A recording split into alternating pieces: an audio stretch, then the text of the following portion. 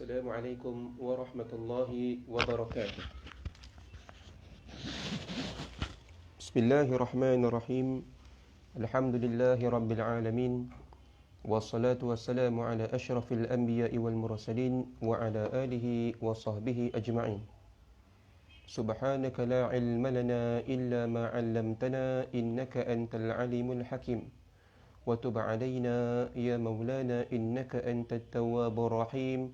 ولا حول ولا قوة إلا بالله العلي العظيم نويت التعلم والتعليم نويت التذكر والتذكير نويت النفع والانتفاع نويت الإفادة والاستفادة نويت الحث على تمسك بكتاب الله وسنة رسول الله والدعاء إلى الهدى والدلالة على الخير ابتغاء في مرضاته وقربه وثوابه Subhanahu wa ta'ala. Allahumma faqihna fid din wa 'allimna at-ta'wil.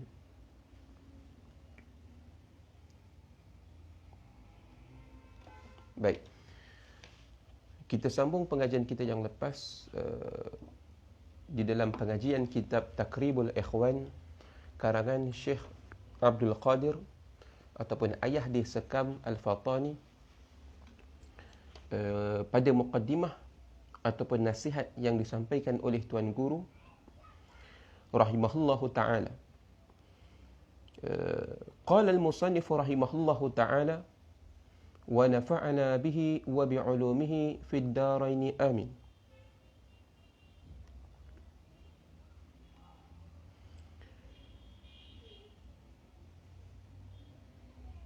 Dan fardu dan umbi fikiran itu ialah akal yang Tuhan beri kepada kita dengan tidak kena beli dan pisah, yang dengan dialah dapat kita kenal Allah Subhanahu wa ta'ala dengan fikiran yang jelas, yang terang. Jadi pada pengajian yang lepas Tuan Musannif memberikan tausiah kepada kita tentang kehidupan seorang manusia. Beza di antara orang yang berusaha loba di dalam beramal dengan amalan-amalan yang wajib dan juga sunat, dan orang yang lalai kehidupannya dengan perkara-perkara maksiat dan ghaflah dan juga perkara-perkara yang melalaikan. Kemudian musannif hendak menyebutkan tentang kelebihan akal yang diberikan oleh Allah Ta'ala kepada manusia. Kemudian kata musannif, akal itu adalah pemberian daripada Allah Subhanahu wa Ta'ala, yang mana akal ini tidak diberikan kepada makhluk Allah Ta'ala selain daripada tidak diberikan kepada binatang, tidak diberikan kepada haiwan, lembu, kambing, mereka tidak mempunyai akal, Maka sebab itu akal yang diberikan oleh Allah Ta'ala kepada manusia digunakan untuk berfikir kepada kesempurnaan Allah Subhanahu wa Ta'ala.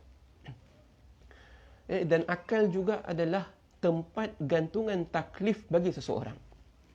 Maknanya seseorang yang tidak berakal, maka dia tidak ditaklifkan dengan taklifan syarak. Sebab itu budak kecil yang masih tidak berakal, mereka itu bukan mukallaf. Mereka tidak wajib untuk solat, mereka tidak wajib untuk berpuasa. Tetapi setelah mereka mempunyai akal, maka di situlah titik mereka itu digantungkan dengan taklif. Seperti solat, wajib zakat, wajib puasa. Kenapa? Kerana ada akal. Maka dengan akal seseorang itu dia boleh berfikir dengan fikiran yang benar. Kita kata bahawa akal ini dia boleh bawa kepada fikir, dan fikir perkara-perkara yang bersifat kulli. Adapun yang didapatkan oleh panca indera kita itu adalah perkara-perkara juz'i, ya. Maka perkara kulli itu tidak ada pada binatang, ya. Berbeza dengan perkara-perkara juz'i. Apa maksud kulli dan juz'i di sini? Seperti saya sebut, kalau saya sebut buku, maka di dalam fikiran kita akan faham segala buku, tetapi kalau panca indera kita, dia hanya melihat kepada beberapa afrad daripada buku, ataupun beberapa juzuk daripada buku. Kerana buku itu luas, ya. Buku itu dia umum, ya. Satu kalimat yang umum yang memberi faham kepada kita himpunan daripada tulisan-tulisan yang mengandungi ilmu padanya, maka itu buku. Itu gambaran kita secara kuli di dalam akal fikiran kita. Tetapi setelah kita melihat kepada dunia realiti, pada nyata, maka buku yang ada itu apa yang kita lihat dengan mata kita saja, mata kepala kita, ya. Padahal buku itu umum, satu lafaz yang lebih umum daripada apa yang didapatkan oleh panca indera kita. Akal yang Tuhan beri kepada kita dengan tidak kena beli, ya. Jadi itu adalah satu anugerah, ya. Akal itu satu anugerah daripada Allah Ta'ala. Maka kita tak perlu beli, ya. Kita tak keluarkan duit, ya. Berapa harga akal? Kita pergi pasar tanya, ada tak orang jual akal? Tak ada, ya. Kenapa? Kerana dia bukan barang yang boleh dijual beli, ya. Bahkan dia adalah satu kelebihan yang Allah Ta'ala berikan kepada manusia, ciptaan Allah Ta'ala, Allah Subhanahu wa Ta'ala. Dan pisahnya maknanya tak perlu kepada usaha untuk dapatkan akal, tetapi dia datang. Bila sampai seseorang itu umurnya baligh, maka akal itu sendiri datang kepada dia, tanpa dia usaha pergi cari, ya. Adakah seorang itu nak kena usaha, nak pergi pasar, atau nak kena bekerja baru dapat akal, ya, ataupun nak kena keluarkan duit yang banyak untuk membeli akal? Tak, ya. Tetapi dia datang dengan semata-mata pemberian Allah Subhanahu wa Ta'ala, yang dengan dialah, dengan akal itu dapat kita kenal Allah Subhanahu wa Ta'ala, ya. Ini kita boleh mencapai kepada ma'rifatullah, pengenalan kepada Allah Subhanahu wa Ta'ala dengan fikiran yang jelas. Kenapa? Kerana dengan akal kita mampu untuk berfikir dengan tertib yang benar, ya. Tanpa akal kita tak mungkin untuk berfikir dengan cara yang betul. Sebab itu di dalam salah satu daripada maqasid syar'iyah itu ialah menyebut hifzul akal, ya. Salah satu maqasid syariah ialah hifzul akal, iaitu menjaga akal, di mana haram seseorang itu dia menghilangkan akal dia sendiri, ya. Seperti dia minum arak, dia ambil dadah, haram, ya. Kenapa? Kerana dia menghilangkan akal. Maka ulama menyusun ilmu yang dibawa oleh falsafah Greek dan Yunan, yang diasaskan oleh Aristo, iaitu ilmu mantik, di mana di dalam ilmu mantik membahaskan tentang kaedah cara berfikir yang benar, ya. Baik.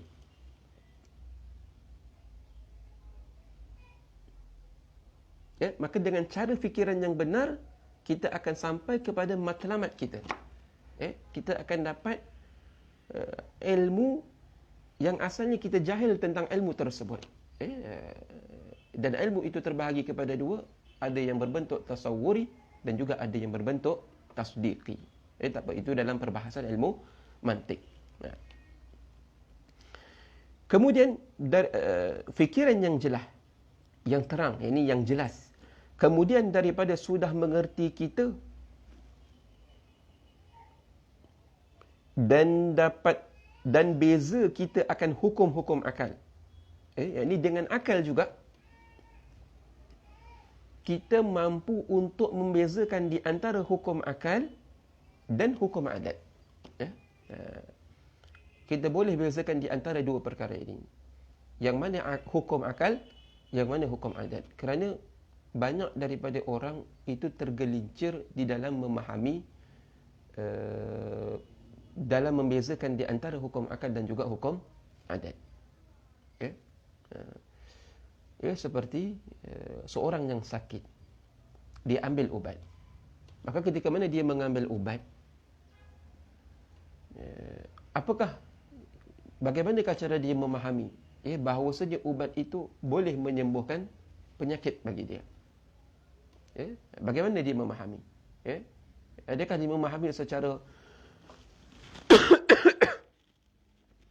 adakah dia memahami secara hukum akal bahawasanya ubat itu wajib untuk menyembuhkan penyakit dia, atau dia meyakini bahawasanya secara adat ubat itu wajib menyembuhkan penyakit, dan pada akal ubat itu harus untuk menyembuhkan penyakit.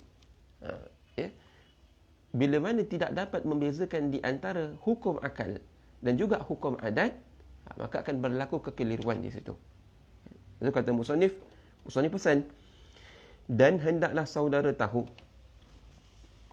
bahawasanya sekalian guru-guru yang sebenar dan sekalian yang menasihat yang sebenarnya itu bukanlah semata-mata mereka mengajar dan menasihat itu supaya jadi mudah makan pakai jua. Hanya makan pakai itu dengan pemberian Tuhan kepada siapa-siapa yang ia kehendaki. Tidak siapa boleh menahan bila ia kehendak, sehingga kepada seteru-seteru sekalipun. Jadi guru ketika mana dia mengajar, memberikan nasihat kepada masyarakat, memberikan ilmu kepada masyarakat, itu bukan kerana untuk kemudahan bagi diri dia, untuk mendapatkan kehidupan yang mewah, tak, tetapi rezeki itu kan daripada Allah Ta'ala, bukan rezeki itu dengan sebab dapat daripada hasil daripada mengajar, tetapi hakikat daripada rezeki itu, yang mana tidak ada orang yang boleh menahan rezeki daripada seseorang, hatta orang kafir sekalipun. Kalau Allah Ta'ala memberikan kemewahan kepada dia, maka dia akan dapat, dari sudut pakaian, tempat tinggal, kereta dan sebagainya.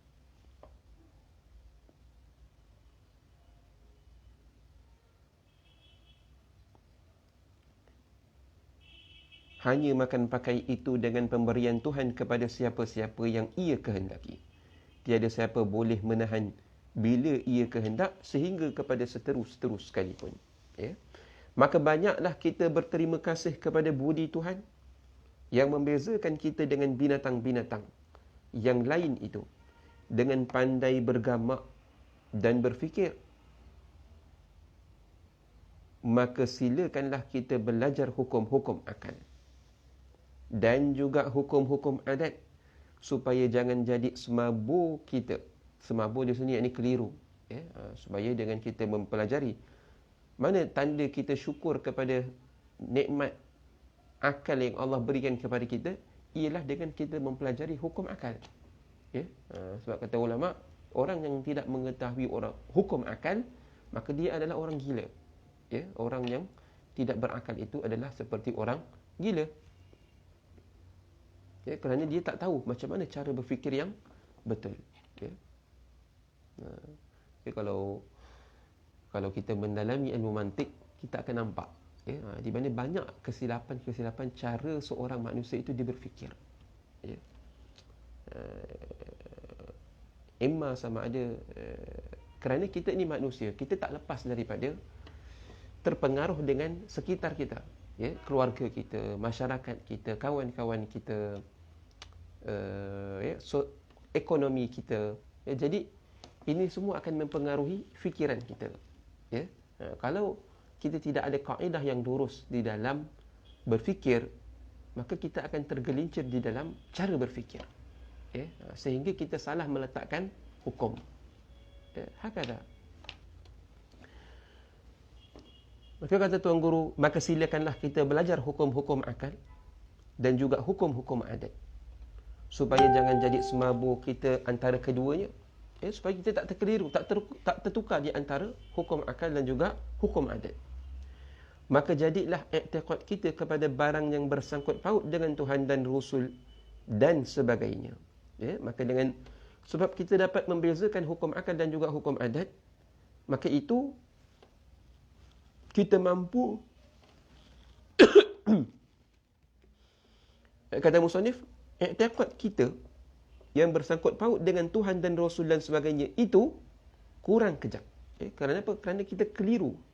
Keliru di dalam memahami di antara hukum akal dan juga hukum adat. Jadi i'tiqad kita tu tak kejam, maknanya tak kukuh, tak kuat. Kenapa? Dia masih bergoyang. Kerana kita hukum dengan cara hukuman yang salah. Hukum adat kita letak kepada hukum akal, hukum akal kita letak dekat hukum adat.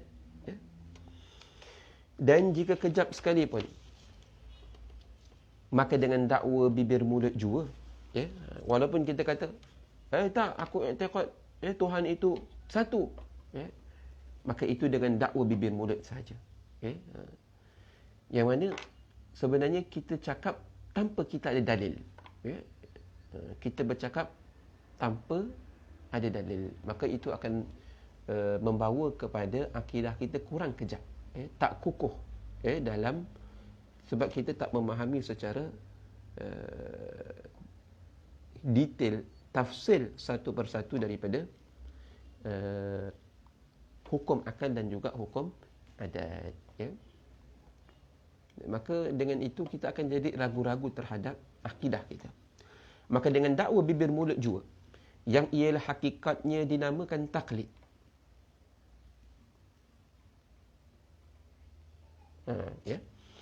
Dinamakan taklid. Maknanya, apa maksud taklid? Taklid ialah seseorang itu, dia mengetahui tentang sesuatu ilmu dengan mengikut orang lain tanpa dia mempunyai dalil. Maknanya, dia tahu tentang sesuatu perkara itu semata-mata dengan ikut.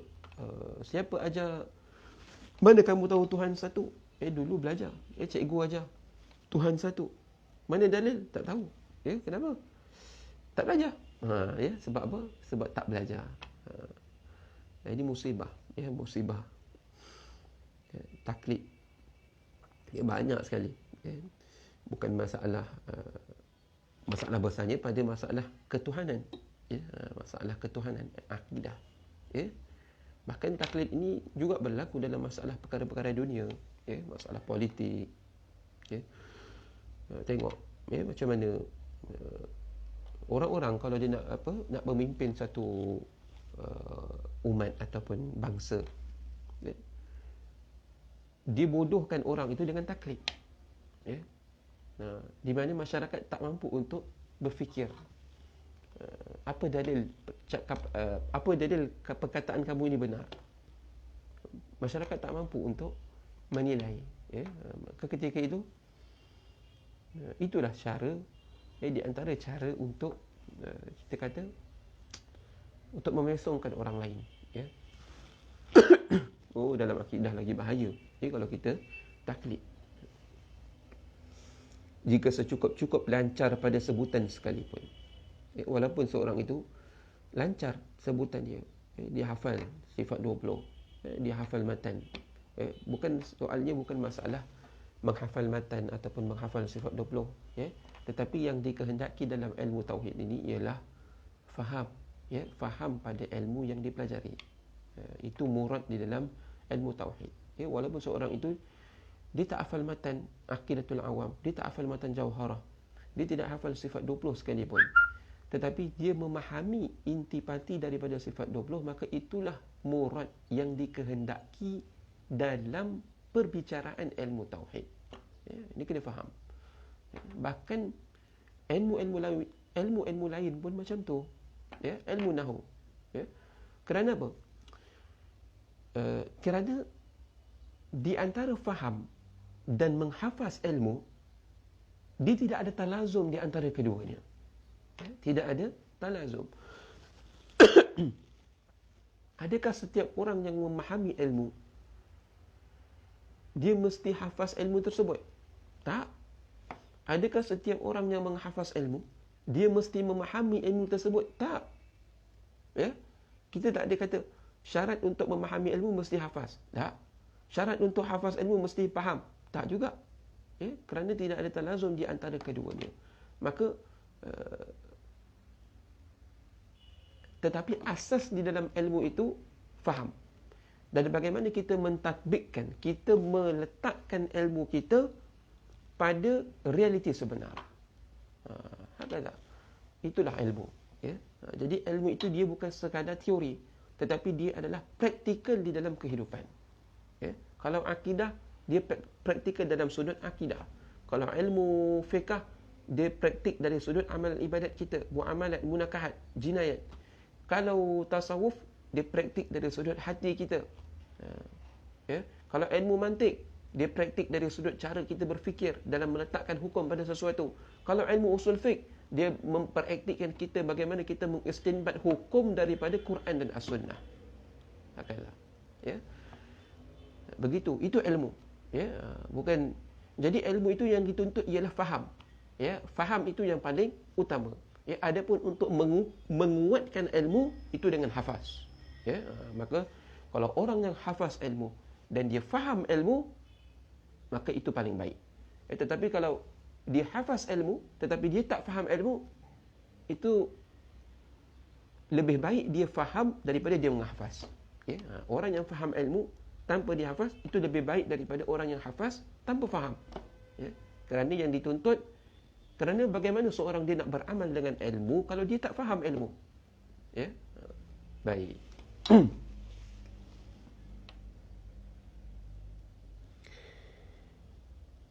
Maka yang taklid pada aqaid itu besarlah ruginya jika orang itu daripada ahli bagi yang berfikir. Ya. Kenapa di sini Tuan Musannif kata taklid itu rugi bagi orang yang berfikir? Kerana di sana ada khilaf ulama, ya, yang mengatakan tidak sahnya ilmu akidah yang taklid. Ya. Sebab itu kalam musannif di sini,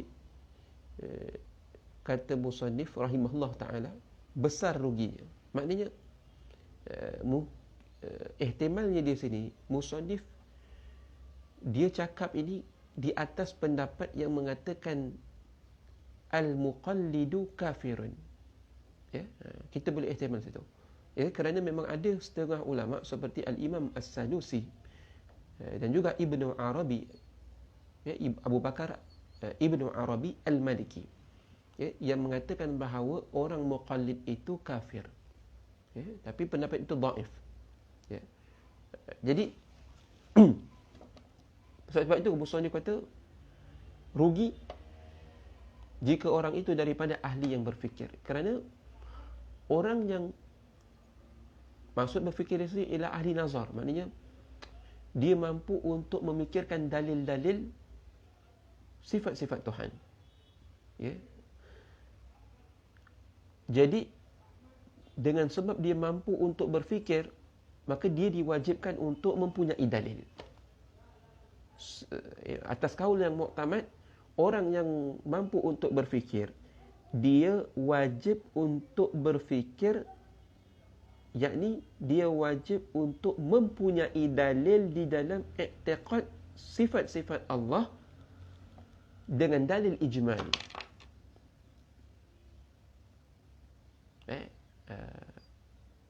Ini di atas pendapat yang muktamad. Adapun bagi orang yang tidak mampu untuk berfikir, dia bukan daripada ahli nazar. Ya, mungkin sebab setengah orang akalnya itu perlahan, ataupun kita kata lembab. Ya, ada setengah orang macam tu. Jadi dia perlukan, dia susah untuk berfikir.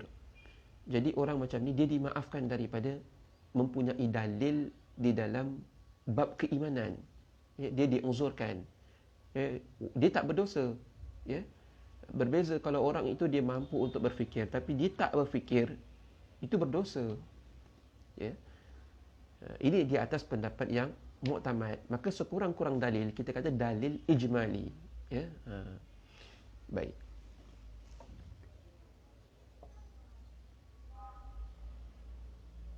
Lepas tu, daripada ahli bagi berfikir. Ya, kita nilai, kita sendiri tahu, kita ini orang yang berfikir ataupun tak. Ya. Kalau kita ni SPM boleh, PMR boleh, degree boleh, diploma boleh. Ya. Kemudian bila bab akidah kita kata kita tak boleh berfikir. Muskilah, ya, masalah. Itu masalah diri kamu, ya. Kamu yang tak nak berusaha untuk berfikir pada dalil, ya. Ya. Baik. Dan sekalian ibadah yang ia kerja itu tidak diyakin akan sahnya. Ya. Kenapa? Kerana ibadat itu, sahnya ibadat terhenti di atas sahnya i'tiqad. Ya. Sebab itu kata musannif, ibadat orang yang muqallid tidak diyakinkan sah dia. Kenapa? Kerana di atas khilaf tadi. Ya. Takut orang yang berada di atas khilaf tadi, bila mana akidah dia tidak sah, di sisi ulama yang mengatakan tak sah akidah orang yang muqallid, maka itu akan menyebabkan ibadatnya juga tak sah. Semayang tak sah, puasa tak sah, zakat tak sah, haji tak sah. Ya. Lepas tu kata Imam Ghazali rahimahullah ta'ala, la tasihul ibadah illa ba'da ma'rifatil ma'bud. Tidak sah ibadat seseorang itu melainkan setelah dia mengenali zat yang disembah. Ya, baik. Sebab tu penting belajar akidah ni, ya. Dan belajar ulang-ulang. Ya, jangan dah khatam satu kitab tinggal. Tak, ya, cari guru.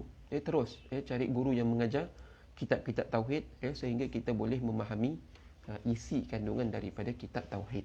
Ya, jangan kita berpada dengan apa yang ada di sekolah sahaja, sekolah rendah. Ya. Jadi ilmu akidah kita tu ilmu tahap sekolah rendah saja. Ya. Tapi ilmu sains, matematik, English tahap universiti boleh. Ya. Tapi kenapa bila ilmu akidah cukuplah ilmu sekolah rendah. Ya. Tak padan, ya, tak padan dengan akal yang Allah anugerahkan kepada kita.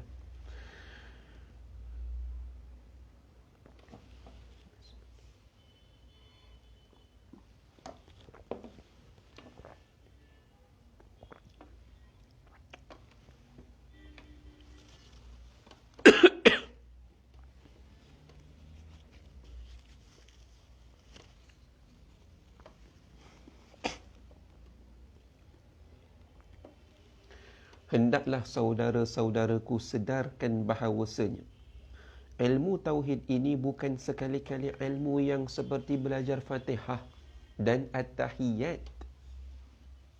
Umpamanya, yakni bukan ilmu yang bangsa belajar baca huruf dan hafaz pada lidah dan bibir mulut, sebagaimana menyangkakan begitu oleh yang bodoh-bodoh yang mengambil pusaka daripada tok-tok nenek yang jahil-jahil.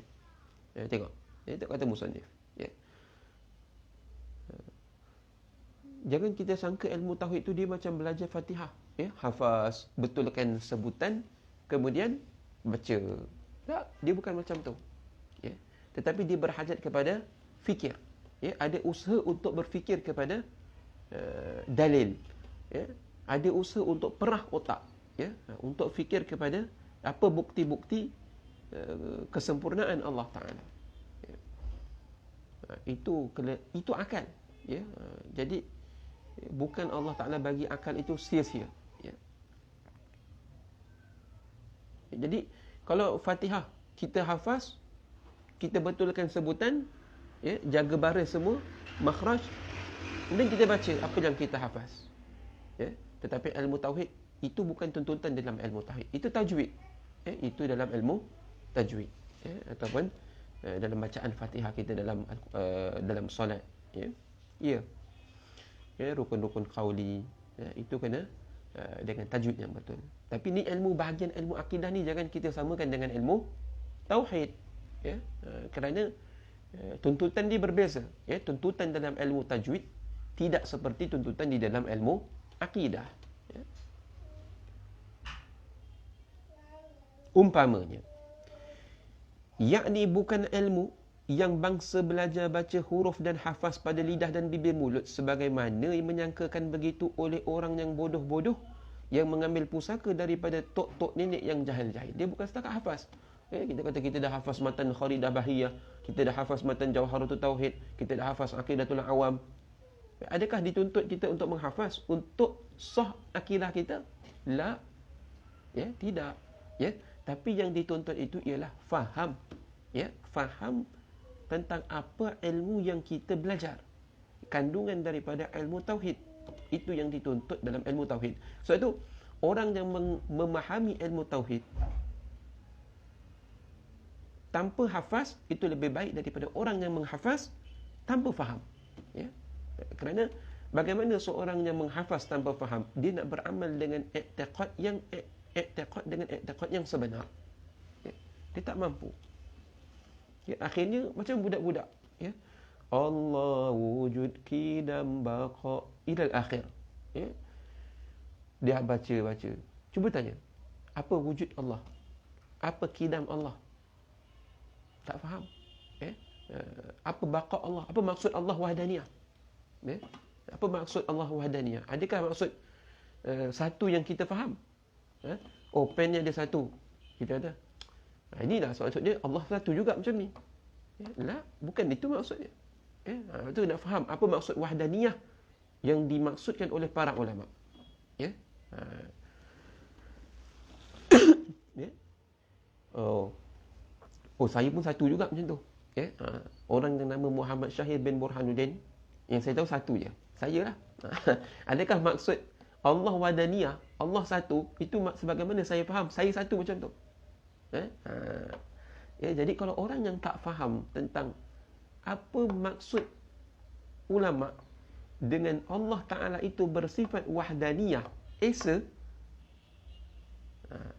ya, sebab itu nak kena belajar ilmu ni. Ya, wajib belajar.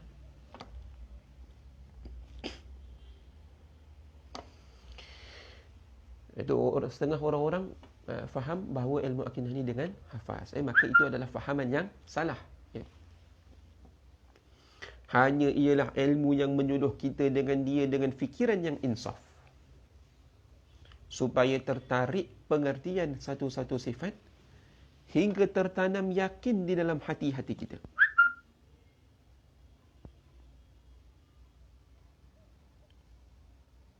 Dalam hati kita masing-masing seterjumnya dan terimanya dan tasdiknya pada mata-mata hati. Dan jikalau tak pandai dan tak ingat nak sebut dengan mulut sekalipun. Tengok. Tengok kata musannif ni detail. Ya. Kata musannif,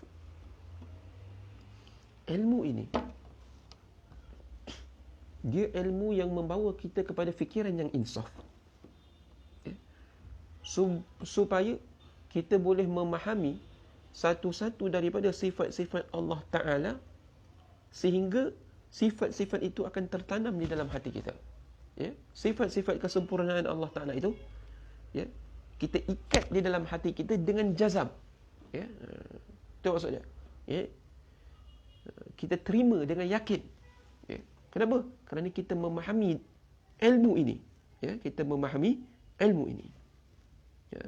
Walaupun seseorang itu dia tak pandai nak sebut wujud, dia tak pandai sebut qidam, dia tak pandai sebut mukhalafatuhu lil hawadith, dia tak pandai sebut, dia tak pandai bahasa Arab. Walaupun dia tak pandai, tetapi dia memahami dengan bahasa dia tentang kandungan daripada ilmu tauhid, maka itu lebih baik daripada orang yang menghafaz tanpa faham. Ya.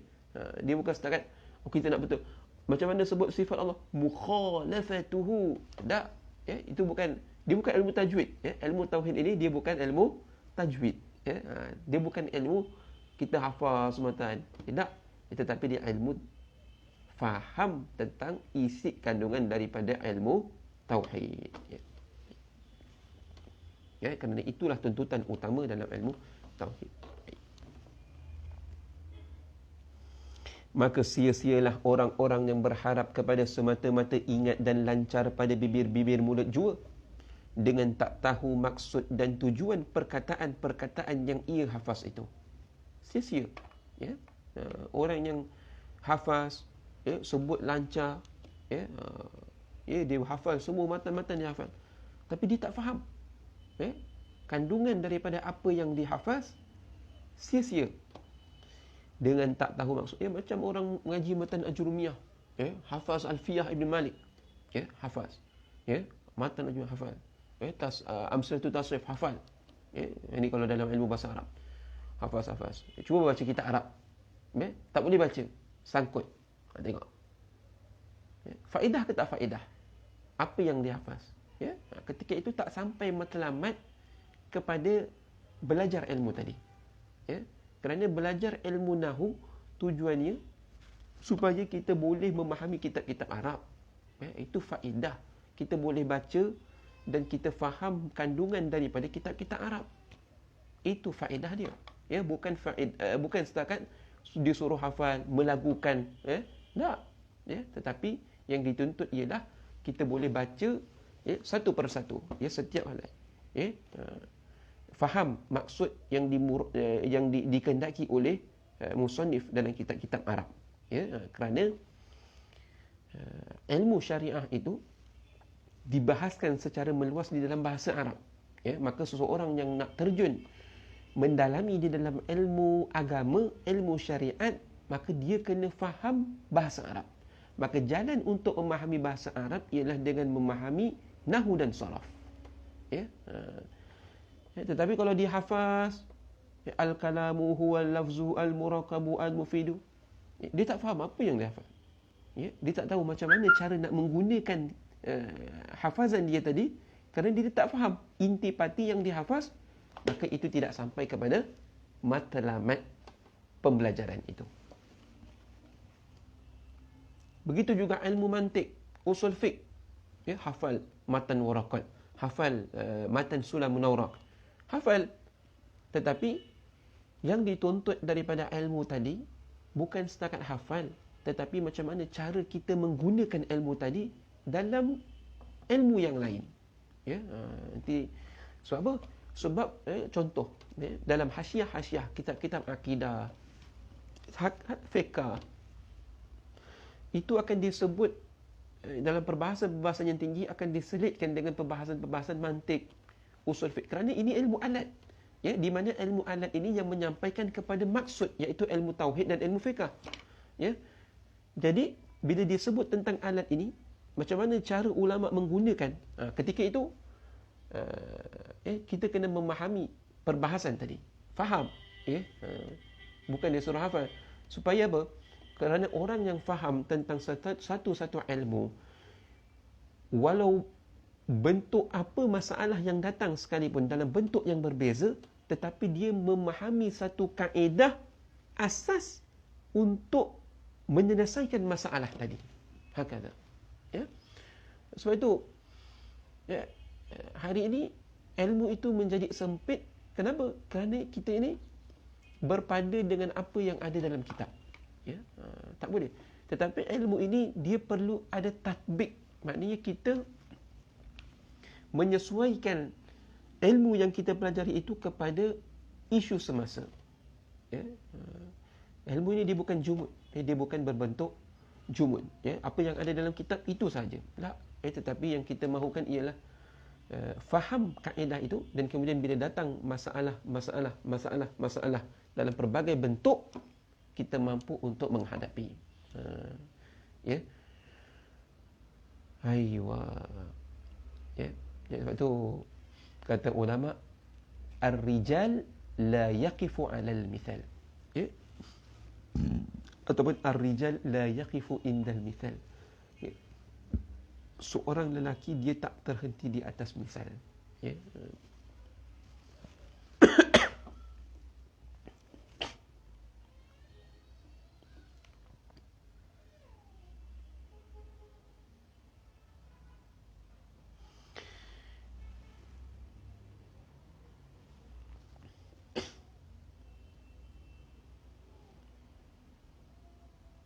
Tengok kata musannif, dan janganlah sekali-kali, tengok, maka sia-sialah orang yang berharap kepada semata-mata ingat dan lancar pada bibir-bibir mulut jua, dan tak tahu maksud dan tujuan perkataan yang ia hafaz itu.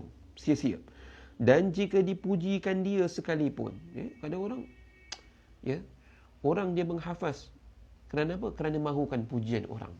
Ini musibah, berlaku pada tolabah, para tolabatul ilm hari ini. Menghafaz tu kenapa? Kerana supaya mendapatkan pujian. Nanti orang tanya, dah hafaz matan apa? Dah hafaz matan Zubair, dah hafaz matan Jauharah, dah hafaz matan Alfiyah. Kenapa? Kerana mahukan pujian. Belajar kerana menuntut pujian ini bahaya. Bahaya.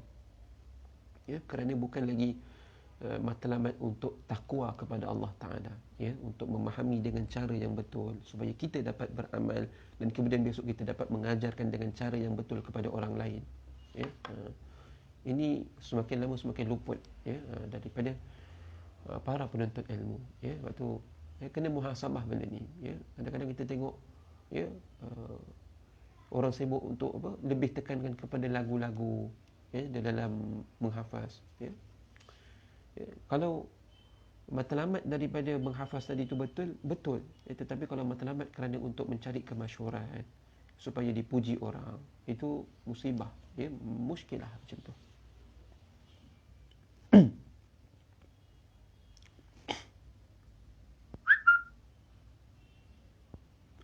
Dan janganlah sekali-kali kaumku mendengar dan menurut percaya kepada perkataan-perkataan yang terbit daripada orang-orang yang bodoh, yang menyangka mereka itu dengan tak faedah dan tak hajatkan kepada membanyakkan ilmu usuluddin.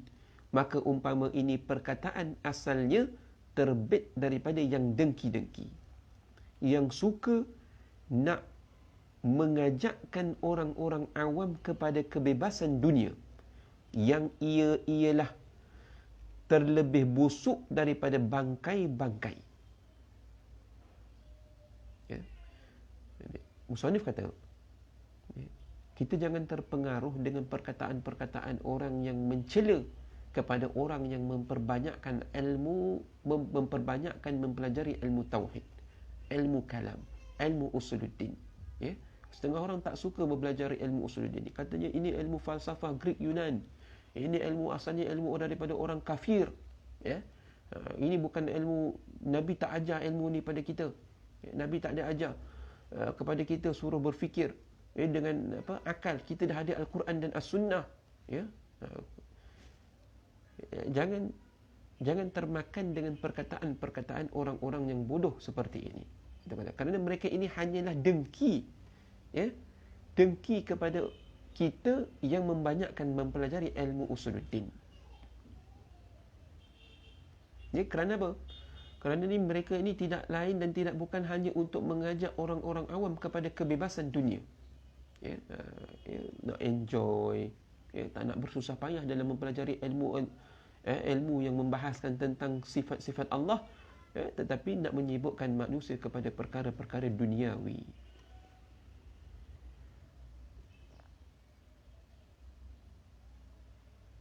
Yang mana kata Nabi SAW, ad-dunya jifatu qadrih.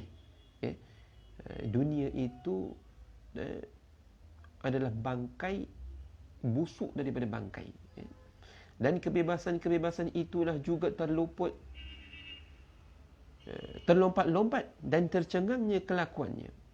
Maka takutlah akhirnya bahawa besar terkejut kerana tidak betul akidah mereka itu, i'tiqad mereka itu. Ini ketika mati nanti, waktu ini seronok, bebas dengan perkara-perkara dunia, tak nak belajar ilmu akidah, tak nak memperbetulkan, tak nak muhasabah, tetapi bila besok dah dekat kepada kematian, waktu tu baru tercengang, bila dah nampak malaikat nanti, dah nampak di mana tempat di akhirat nanti. Mudah-mudahan kita digolongkan bersama dengan orang-orang soleh.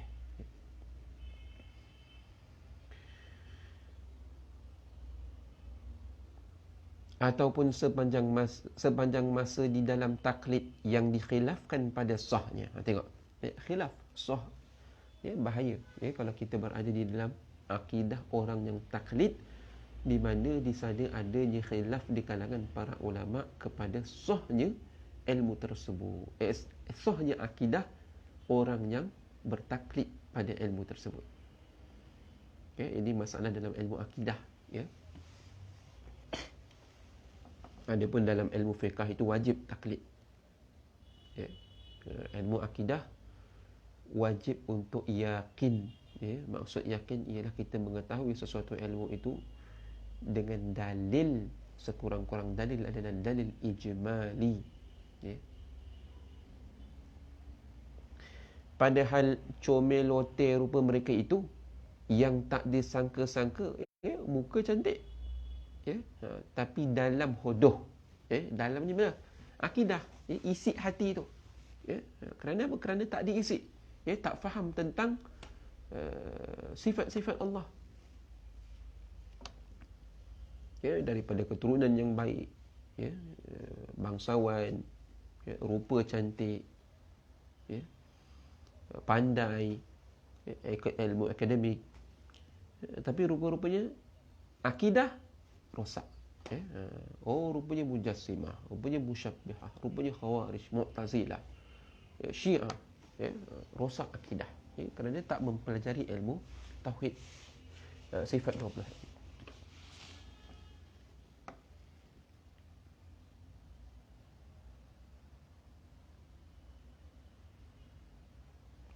Yang tak disangka-sangka oleh yang bodoh-bodoh dengan keburukan pihak dalam bagi mereka itu, pihak dalam, pihak hati, bahagian i'tiqad. Hei saudara-saudaraku, hendaklah kamu tahu bahawasanya orang-orang yang mencela-celakan kepada membanyakkan modal itu ialah orang-orang yang sesat.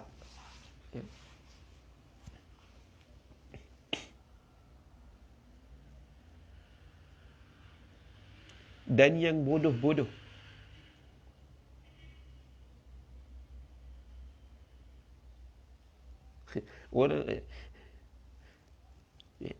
Hendaklah kamu tahu, orang yang mencela-celakan kepada membanyakkan modal itu, yakni membanyakkan ilmu usuluddin, kat sini Musannif kata, itu ialah orang-orang yang sesat. Orang sesat maknanya orang miskin ilmu, dan yang bodoh-bodoh, bodoh kira juga, tak pandai nak kira, tak pandai nak menilai. Maka janganlah puak-puak kita jadi bodoh seumpama mereka itu, walau tak dapat kebebasan dunia sekalipun. Ingat, walaupun hari ini kita susah, kenapa kita sibuk dengan menuntut ilmu? Kita tak dapat kebebasan dunia seperti orang lain. Kita tak dapat seronok, orang lain pakai kereta mewah, kita tak dapat. Sebab apa? Kita sibuk menuntut ilmu.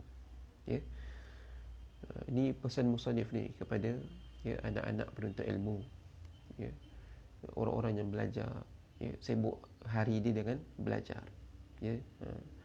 Ada orang sibuk hari dia dengan pekerjaan dunia sampai tak sempat nak belajar. Jadi kat sini musannif pesan,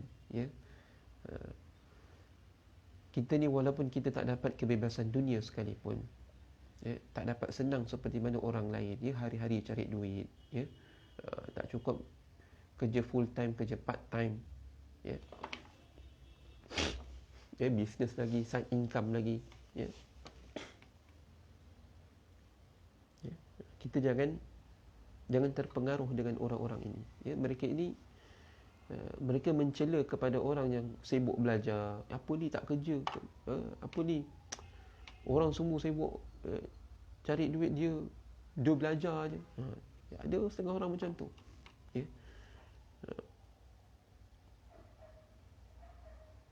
Mereka ni orang yang sesat. Sebenarnya mereka ni tertahan ilmu mereka. Dia tu tak ada ilmu, jadi dia tak boleh menilai dengan baik. Mereka ni tak mampu menilai sesuatu dengan baik. Masalah rezeki,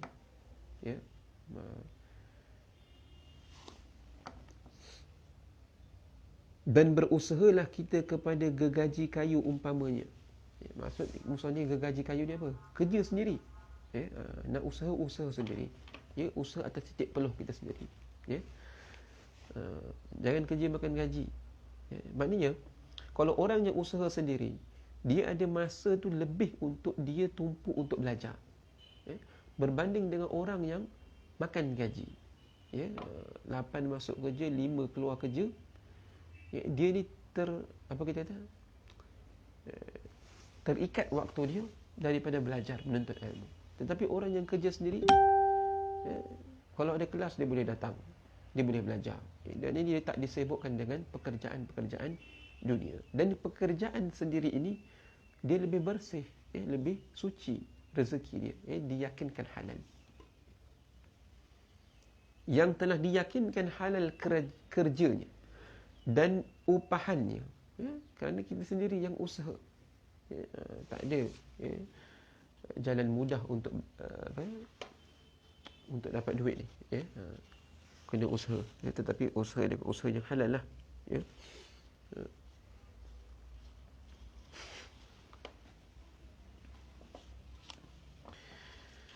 Sebab tu itu kelebihan orang yang usaha sendiri, berbanding dengan orang-orang yang kerja makan gaji ni. Kerana waktu dia terhad dalam menuntut ilmu. Baik. Pendeknya tidaklah yang cela-cela kepada yang pandai apa-apa pekerjaan itu, melainkan orang-orang yang tak pandai jua. Mereka ni tak pandai. Orang-orang yang mencela kepada orang yang belajar ni, mereka ni bodoh. Maaf kata, mereka ni bodoh. Mereka ni terhijab. Mereka tak faham tentang kelebihan orang menuntut ilmu, rezeki orang menuntut ilmu. Mereka tak faham benda ni. Mereka ni terhijab. Kenapa? Nampak dunia, nampak harta, nampak kemewahan dunia, terhijab. Tak nampak di sebalik ilmu tu ada apa. Ini yang dihasadkan oleh orang-orang ahli dunia, sehingga mencela, hasad dengki kepada para penuntut ilmu, sebab mereka tak dapat ilmu tu. Hendaklah saudara-saudaraku tahu bahawasanya awal agama itu kenalkan Allah Subhanahu wa ta'ala dengan makna mengaku dan jom ni maknanya terima hati. Ini bahasa Patani. Jom akan sekalian bahagian yang 3 bangsa. Jadi awaluddin ma'rifatullah. Awal-awal agama itu ialah mengenal Allah Subhanahu wa ta'ala. Maka asas di dalam agama itu kenal Allah. Sebab itu disebutkan afdalul ilmi 'alal itlaq ilmun bihi ma'rifatul khalaq. Afdal, ilmu yang paling afdal itu secara mutlak ialah ilmu yang boleh membawa kita kepada Allah Subhanahu wa ta'ala. Kenal Allah Ta'ala, itulah ilmu yang paling afdal.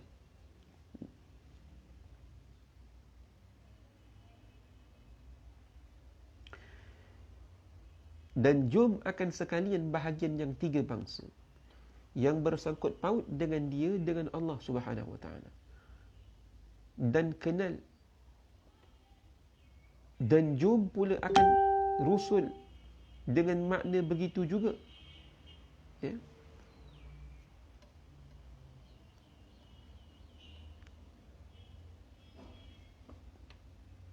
Maknanya dalam ilmu tauhid ini kita akan mempelajari tentang bahagian di dalam ilmu tauhid ini.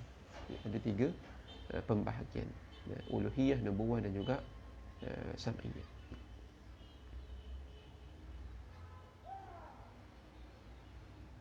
Tetapi yang dibahaskan dalam kitab Taqribul Ikhwan ini 2 bahagian, uluhiyah dan nubuwah.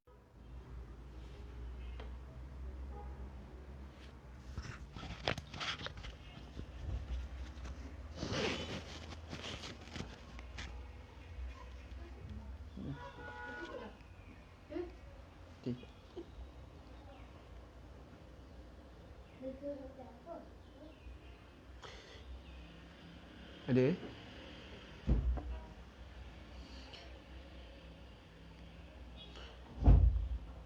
Dan baik. Dan tiga bangsa itu satunya wajib akli. Okey, baik. Jadi dalam perbahasan sifat Allah dan Rasul ini ada tiga bahagian. Apa dia? Wajib akal, mustahil akal dan juga harus akal. Sekarang musannif nak bahaskan. Nak mula perbahasan tauhid. Sebelum daripada masuk dalam perbahasan uluhiyah dan nubuwah, maka musannif akan memulakan dengan perbahasan berkenaan dengan hukum. Ada hukum akal, ada hukum adat, ada hukum syarak. Jadi di sini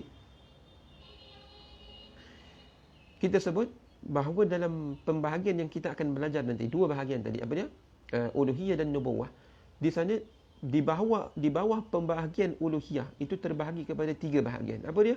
Wajib akal, mustahil akal dan juga harus akal. Begitu juga dalam bab nubuwah, di sana ada tiga bahagian. Takrif perbahasan hukum akal.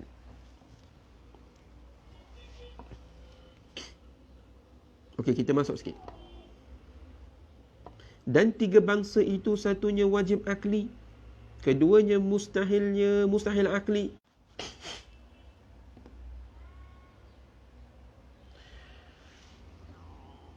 Okey, baik. Rasanya line tak berapa clear. Jadi kita akan sambung perbahasan kita pada minggu hadapan. Kita masuk pada perbahasan hukum akal, di mana inilah wasilah untuk kita memahami maksud di dalam ilmu ini, iaitu perbahasan utama kita dalam ilmu tauhid. Jadi insya-Allah kita akan sambung pada pengajian minggu depan, masuk pada perbahasan tentang hukum akal, hukum adat. Insya-Allah. Jadi kita berhenti di sini dulu, kerana line tak berapa cantik ni, putus-putus. Baik. Wallahu subhanahu wa ta'ala a'lam.